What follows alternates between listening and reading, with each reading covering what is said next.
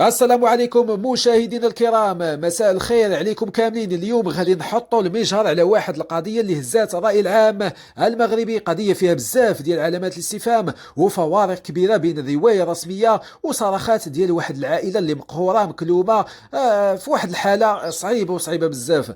كنهضروا على وفاه عمر داخل مقر ديال الفرقه الوطنيه للشرطه القضائيه بالدار البيضاء، سقطه من الطابق الرابع، بلاغ رسمي كيقول انتحار، وعائله طالب بإعادة تشريح، وشهادات كتدخل على الخط. شنو اللي وقع بصح في ذاك المكتب؟ واش هي فعلا لحظة تهور ولا كاين تفاصيل خفية غادي نكتشفوها اليوم؟ خليكم معايا إخواني أخواتي، نرجع بالوقت للوراء. الليلة ديال الأربعاء المعطيات الرسمية الصادرة عن الوكيل العام للملك واضحة. عمر كان كيخضع لإجراءات البحث التمهيدي، وفجأة وفي لحظة وصفت بالمباغتة توجه نحو نافذة جانبية وقام بإلقاء نفسه، يعني ولاو كيقولوا بانه حاله انتحار. الضابط المكلف كان كيوجد اجراءات الحراسه النظريه، وبدون سابق انذار وقعت الفاجعه. نقل الضحيه للمستشفى كان مستعجل، ولكن للاسف فارق الحياه في الساعات الاولى من اليوم الموالي. التحقيقات الاوليه رصدت تفاصيل دقيقه: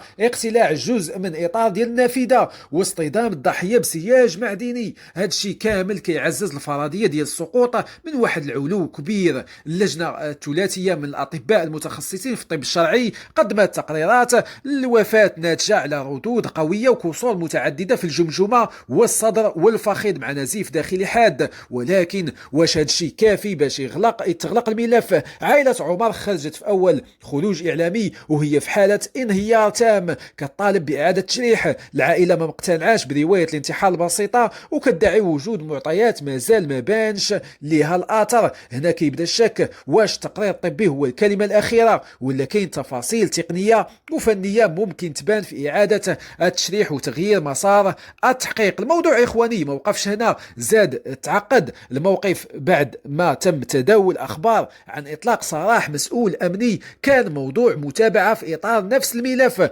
التطور خلق شرخ في الرأي العام، كاين اللي اعتبرها تبرئة كتأكد السلامة ديال الإجراءات داخل المقر ديال الفرقة الوطنية، وكاين اللي كيشوف فيها خطوة محتاجة توضيح أكبر. العائلة مازال متمسكة بالمطالب ديالها، ما عرفتش علاش هذا المسؤول تطلق الصراح ديالو، ماشي غير في إعادة التشريح هي كانت متمسكة، ولكن حتى في المطالبة بالتعويضات المادية والمعنوية، معتبرة أن ما وقع فيه ضرر جسيم طالهم في الصميم وفي النفسية ديالهم. القضية دابا انتقلت من حادث مأساوي لنقاش حاد حول الضمانات القانونية والظروف ديال الأبحاث داخل المقرات الأمنية. إخواني أخواتي، في انتظار ما ستكشف عنه الأيام كنبقاو قدام الصورة مركبة: رواية رسمية مدعومة بتقارير طبية، وعائلة كطالب بالإنصاف. الشارع المغربي منقسم بين اللي كيثيق في المؤسسات ومسار العدالة وبين اللي كيطالب بمزيد من الشفافية ونشر كافة